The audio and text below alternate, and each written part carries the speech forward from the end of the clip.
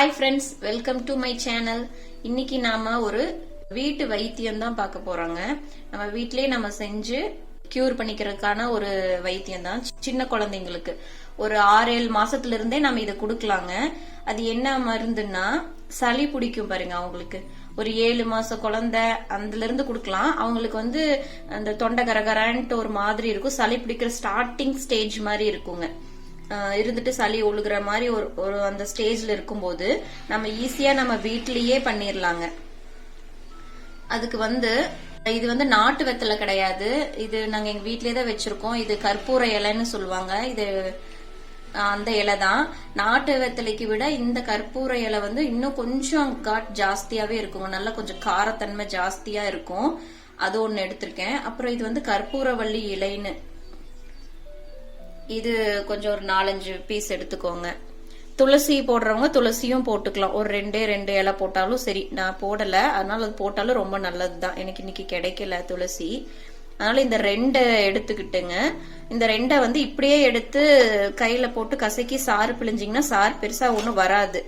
அதனால அதை லேசா நம்ம நெருப்புல ஒரு பாத்திரத்துல போட்டு லைட்டா வாட்டிட்டு அதுக்கப்புறம் பிழிஞ்சிங்கன்னா நிறைய சாறு வரும். நான் இப்ப பண்ணி காட்டுறேங்க. இந்த இலையை போட்டுட்டு வெத்தலையை இப்படி பிச்சு பிச்சு பிச்சு போட்டுக்கிறேங்க. லைட்டா ஒரு மாதிரி கலர் மாறின மாதிரி வரும். அந்த ஸ்டேஜ்ல எடுத்துட்டாவே போதுங்க.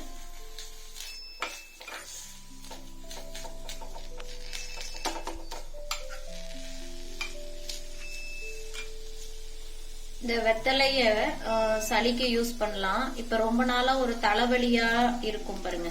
அப்ப நம்ம ஆவி பிடிச்சா தைலம் போட்டு பிடிப்போம். இல்லைன்னா ஒவ்வொருத்தங்க காஃபி பொடி கூட போட்டு பிடிப்பாங்க.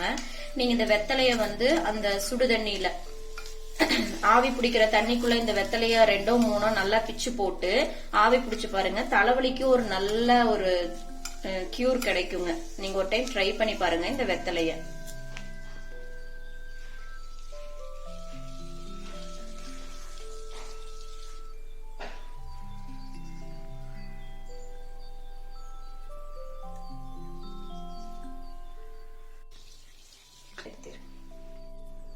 இந்த மாதிரி அதை பிழிஞ்சு எடுத்து வெறும் வயிற்றுல காலையில் குழந்தைங்களுக்கு வெறும் வயிற்றுல குடிக்க வச்சுருங்க.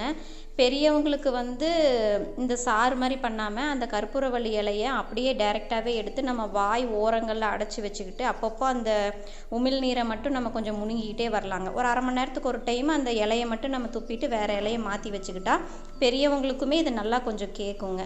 இதை கண்டிப்பாக எல்லோரும் வீட்டில் ட்ரை பண்ணி பாருங்கள். நல்ல ரிசல்ட் கிடைக்குங்க. இந்த வீட்டு முறை இந்த குறிப்பு உங்களுக்கு பிடிச்சிருந்ததுன்னா என்னோட சிந்து விலாக் சேனலை சப்ஸ்கிரைப் பண்ணுங்கள், லைக் பண்ணுங்கள், ஷேர் பண்ணுங்கள். தேங்க்யூ.